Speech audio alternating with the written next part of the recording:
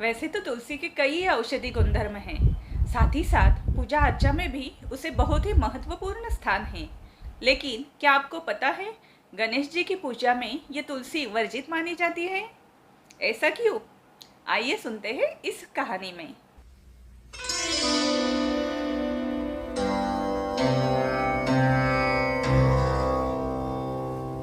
एक बार भगवान श्री गणेश गंगा जी के तट पर बैठकर तपस्या कर रहे थे।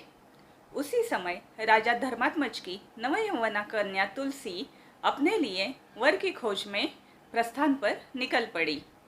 सारे तीर्थस्थलों से होकर वो गंगा के तट पर से गुजर रही थी। तभी उसी वक्त उसका ध्यान तपस्या में लीन गणेश जी की ओर गया। भगवान गणेश जी बहुत ही मोहक दिख रहे थे।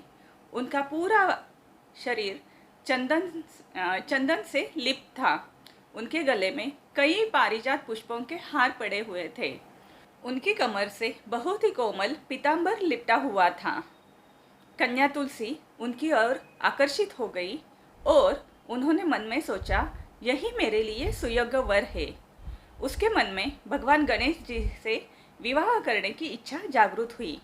इसी इच्छा को मन में लेकर उसने भगवान गणेश की तपस्या भंग कर दी। तपस्या भंग होते ही भगवान गणेश को बहुत ही गुस्सा आ गया और उसकी मंशा सुनकर उन्होंने अपने आप को ब्रह्मचारी बताया और कहा कि वो जीवन में कभी विवाह नहीं करेंगे, जिससे तुलसी बहुत ही दुखी हो गई।